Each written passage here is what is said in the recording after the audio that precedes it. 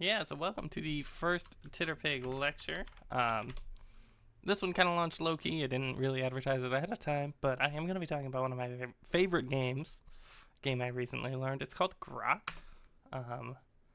First, yeah, exclamation point Titterpig in the chat. I'm so glad that works. That's a link to a Discord that I started with some other TTRPG creators that I know, and we use that as a space that is very inclusive. It's headed up by me, and yeah, we teach people to play tabletop role-playing game. I'm hoping that it becomes a cool resource for people to use. Let's talk about GROK. So this is the GROK PDF. You could see we'll be going through it a little bit. But sort of the pitch of GROK, of why you would want to play it.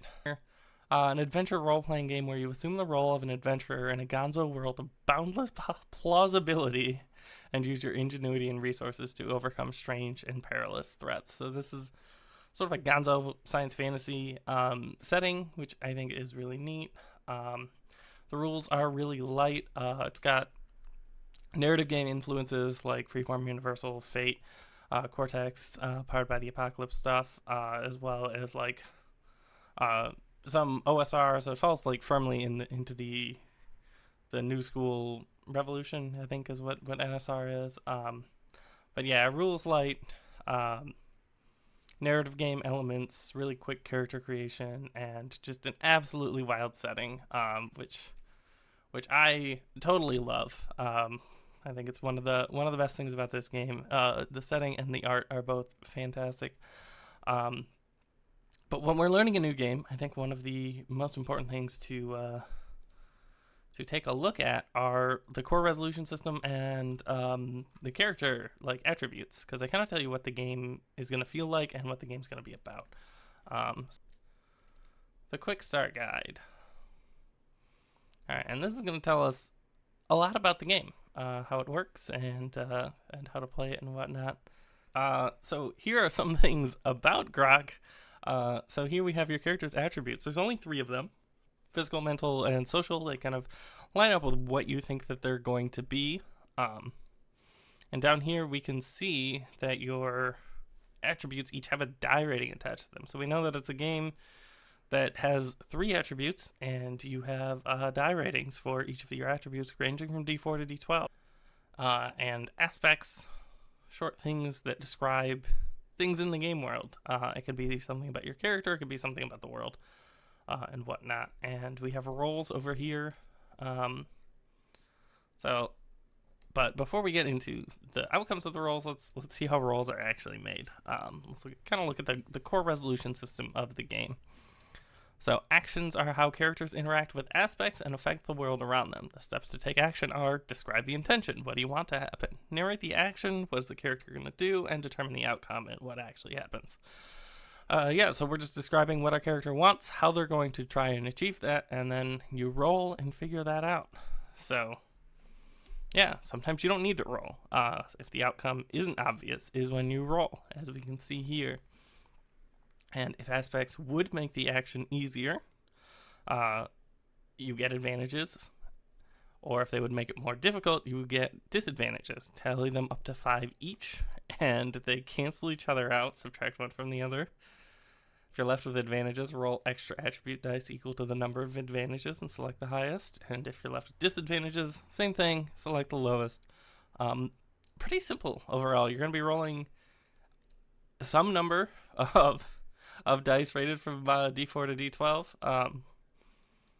Yeah, when I ran it, it was mostly the players had advantages. But I think that's going to be up to like GM style and stuff. How like heroic do you want your players to feel? How deadly do you want the campaign to be? That kind of stuff. But let's look at this little table here. Your resulting die is a 1 to a 4. You get a no. No, something bad happens, and you don't get what you want. Yes, for a 5 to a 9. So if your resulting die is a 5 to a 9, you get what you want, and that's great. That's awesome. And on a 10 plus, you get a yes and. So a yes and is you get what you want and an additional thing narratively happens, and you get something extra. And all right, let's look at this second page of the Quick Start Guide. It is only 2 pages, but it does cover nearly everything.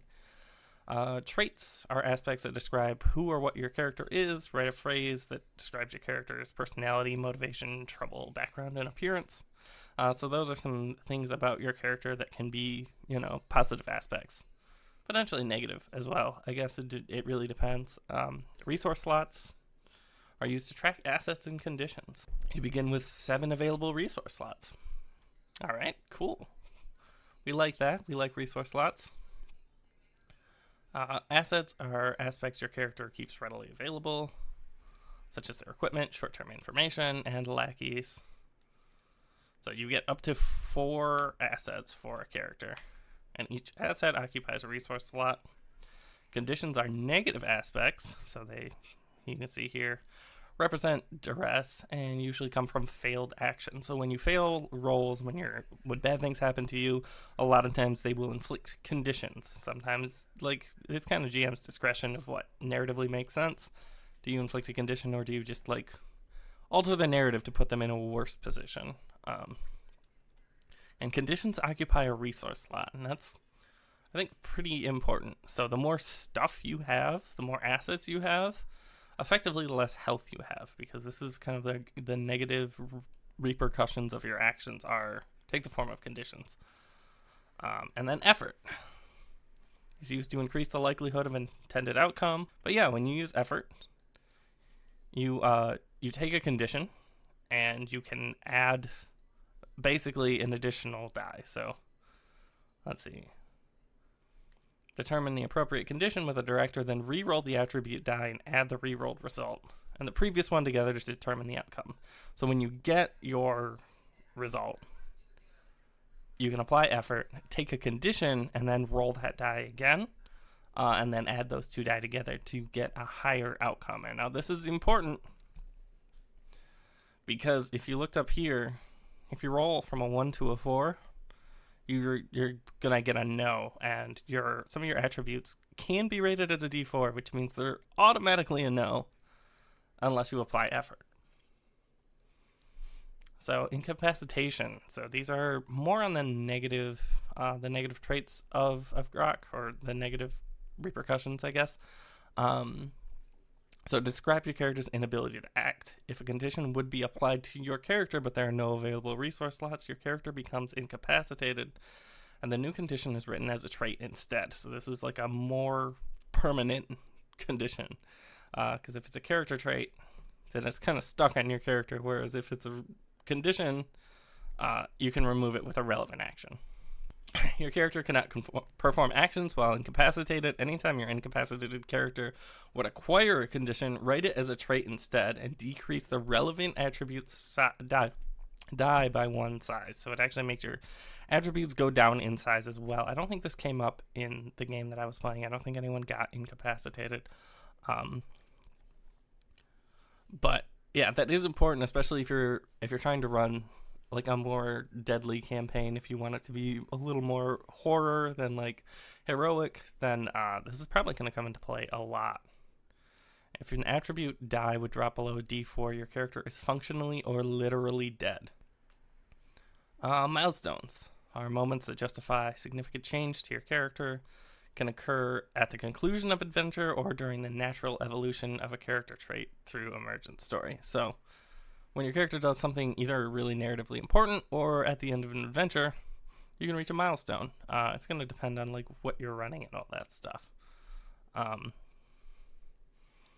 But yeah, let's see.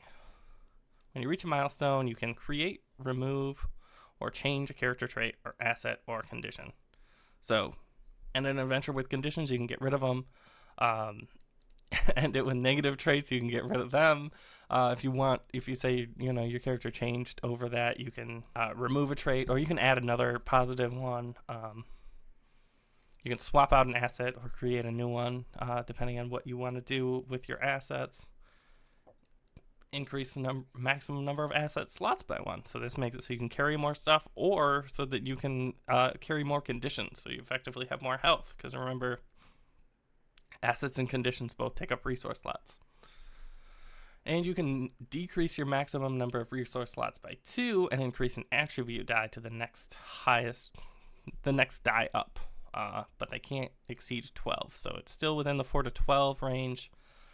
So yeah, effectively you're taking your health and turning it into attribute points. So I think that these two, for a long campaign, you're going to see a lot of these two working together if you want to increase your attributes. So that's kind of an overview of the core system and how it works and how characters function. Let's see how we create a character. Let's go over to the other PDF here. Character creation. So this is pretty simple. Instead of rolling for each attribute, you're actually just rolling 1d12. You can also just select if you want. If you have a specific character in mind, you can just pick one of these sets, any of these sets, 1 to 12. If you like rolling for your character, I suggest rolling because it's fun and there's cool things on this table overall. So next, this was touched on in the quick start, but this one we actually have a table so you can roll on it and do some cool things because of that. So yeah, you've got your 5 different traits here: personality, motivation, background, and trouble, and you roll a d20, and you'll randomly get one of these for each of them. And I talked about it earlier, but yeah, when you're making a roll, when you're doing an action, and one of these is relevant, it gives you an advantage, which is how you can be good at things. If you are elongated, maybe you can reach up higher than other people, and that gives you an advantage. If you're diseased, maybe that's just a problem all the time, but maybe you're trying to intimidate someone and you can threaten them with that. You also get up to 4 assets.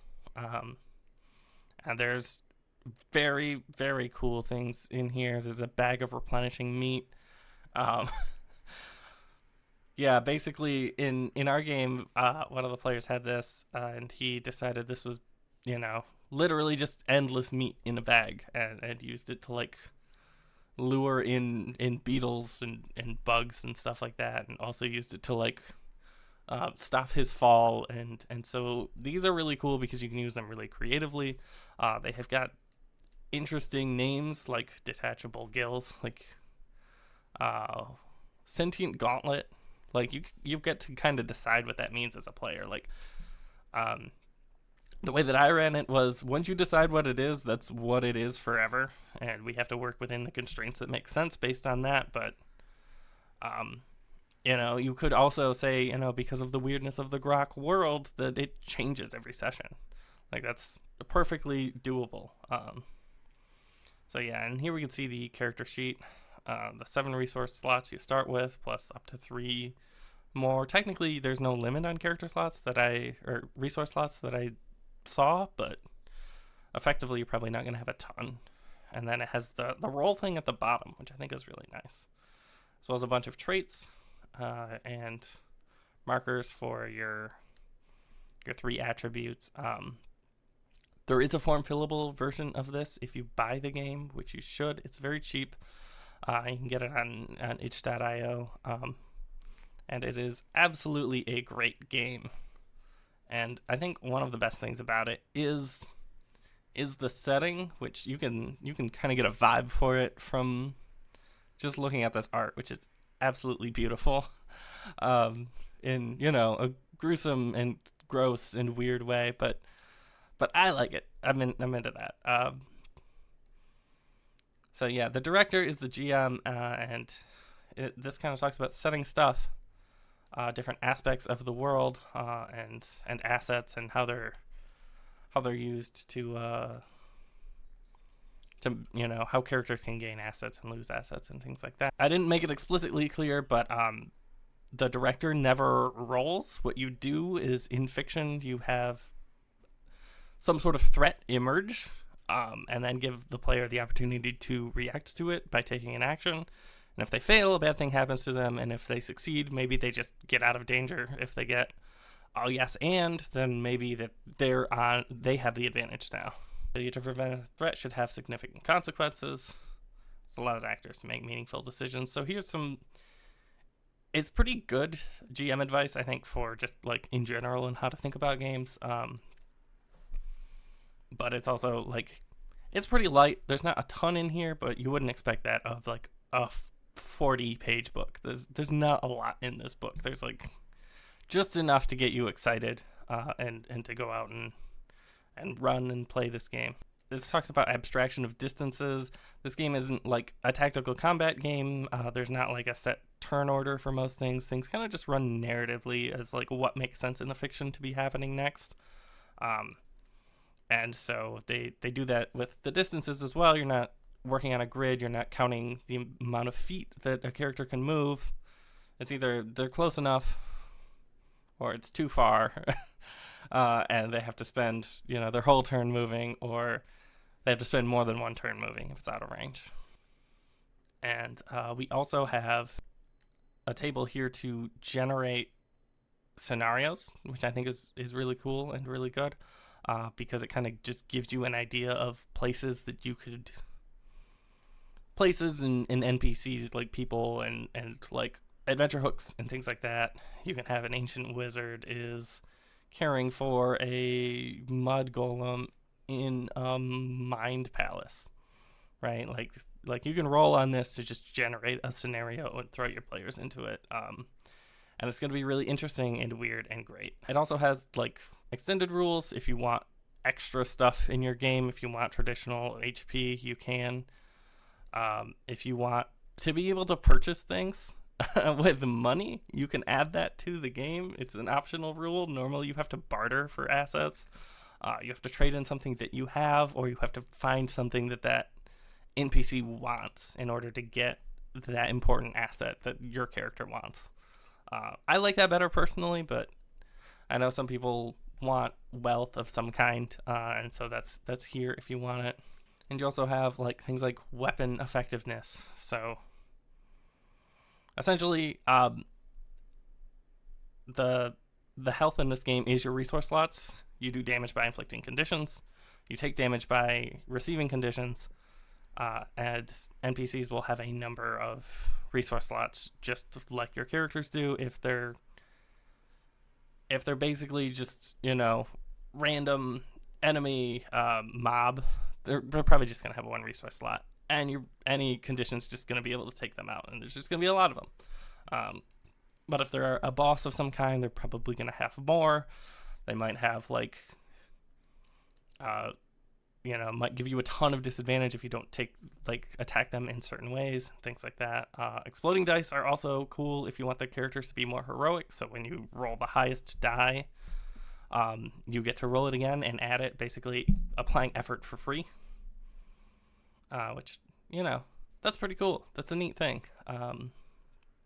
And yeah, this talks about direct your characters, which random tables to roll on and create them, resource slots and assets just for them. So if you need to fill out the party, if you need to add in a friendly NPC, you've got options to do that. So it's got a lot of cool GM tools in here. And one of the best things about the game, the setting, Planet GROK. So was once a haven for trans-dimensional migrants and a bastion of advanced technomancy until a cataclysm rendered it a desolate, hollow planet. Now that's an amazing sentence. If I knew nothing about this game and somebody told me that, I would instantly want to know more. So we have some history about Planet GROK and, how advanced it was and how it kind of became like shattered. We have, different factions and things like that you can work into a campaign. And of course, where we're at now. What does Planet GROK look like now? And then we have some more specific settings like the simulacrum, and which is governed by an artificial intelligence. And here's some things, like here's another table to generate random scenarios or encounters.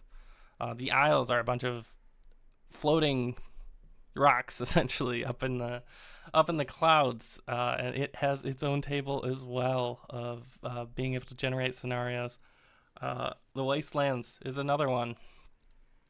So as you can see, there's a lot here. There's a lot of GM tools. There's a lot of GM tips. There's just overall so much in this 40-page game. Like obviously other games are going to have more detailed setting stuff, more, you know, interesting character choices and things like that. But this is a 40-page, very light game, very fun game that I really enjoy, and I hope you guys do too.